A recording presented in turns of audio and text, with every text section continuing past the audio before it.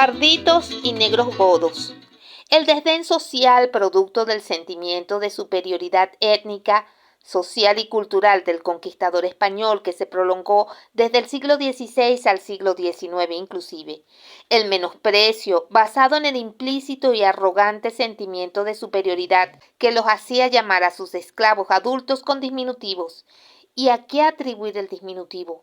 Obviamente no era al trato paternal y cariñoso hacia sus esclavos. Muy por el contrario, los conquistadores no son paternalistas, subyugan y dominan, pues se trata de poseer sin tregua ni derechos a pueblos vencidos.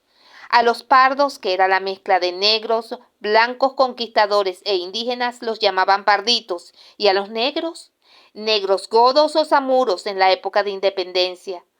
Zambos a la mezcla de negro con indio, mulato la de blanco con negro y mestizo a la mezcla de indígena con blanco. Desdeñosa era la manera de llamarlos y diferenciarlos por castas, pero esa era la realidad de la provincia de Venezuela y de otras regiones del Nuevo Mundo en la época colonial. Era latente el odio entre castas y eso hacía más difícil la obediencia de esclavos a sus amos.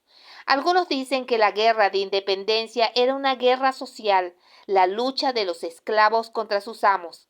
Era evidente que años de excesos y de crueles castigos por parte de encomenderos, hacendados y propietarios de esclavos fuera la causa del fatídico desenlace. La intolerancia dio pie a una guerra fratricida. Parecía más una guerra civil que la guerra de independencia contra el dominio español. Los mantuanos, blancos criollos, llaman forasteros a los españoles peninsulares y canarios y se creen con más derechos, llamándose a sí mismos originarios. A ellos también pertenecen las riquezas y las grandes haciendas, no solo al poder eclesiástico.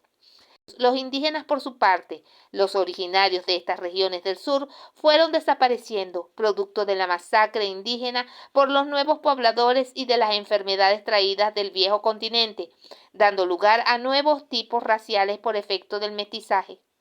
Documentos de la época aluden de viciosa derivación de los naturales, tal vez refiriéndose a los nuevos tipos raciales por efecto del mestizaje. Los califican de especie inferior y a los mantuanos, descendientes de los primeros conquistadores, se les llama nobles legítimos y limpios de toda fea mancha. A la nobleza criolla le gustaban los títulos de Castilla, y por lo menos 6 casos son reseñados por los historiadores. Se trataba de descendientes por ambas líneas de pobladores y conquistadores de Caracas y Maracaibo.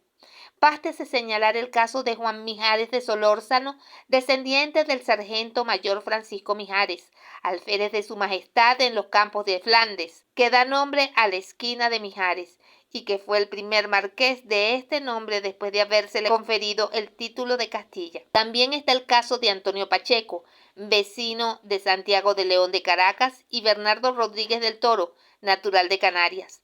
En estos dos últimos casos, el rey Felipe V había concedido al abad y monje del Real Monasterio de San Victoriano en Aragón 4 títulos de Castilla para beneficiarlos en 22.000 ducados de vellón cada uno.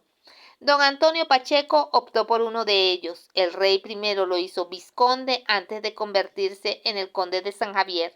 El otro título para Bernardo Rodríguez del Toro lo convirtió en el marqués del Toro previo pago de 22.000 ducados al abad del monasterio de Monserrate. El tiempo y las circunstancias que imperaron en siglos de opresión que antecedieron a la independencia de Venezuela hizo opuestos los intereses de la patria por un lado y los del pueblo por el otro. Los intentos de sublevación y rebelión, así como fuga de esclavos, hicieron que los negros de Barlovento y otras regiones capitaneadas por personajes como Juan José Navarro alzaran el grito bárbaro de ¡Viva Fernando VII! Tal vez por ello resultaba infructuoso y en vano los llamados del ejército patriota a la masa de hombres inculta y de casta inferior. Pesaba demasiado la realidad de años de sometimiento y maltrato como para integrar el ejército comandado por mantuanos que representaban a los de su estirpe, dueños de las grandes haciendas de cacao. El pueblo llano se iba con bobes y los jefes realistas. Eran ellos quienes disponían de todos los hombres en el país en 1814. Al final, muchos fueron víctimas de su ostentosa conducta. Boves y el pueblo llano se cebaron en los prisioneros de familias distinguidas. Numerosos fueron los que perecieron en la guerra por llevar los apellidos de Briceño. 24 Rivas murieron en 22 meses. La familia Tobar fue una hecatombe de víctimas. El último conde derramó su sangre en Barquisimeto para borrar su título. Perecieron 4 hijos de doña Catalina Tobar y pereció Florencio Tobar, el hijo mayor del célebre don Martín Tobar. ¿Cuántos toros? ¿Cuántos de la ilustre familia de los Silvas, los Herrera, los Ibarra, los Escalona, los Ustaris? Desapareciendo así los grandes cacao, los mantuanos de Venezuela.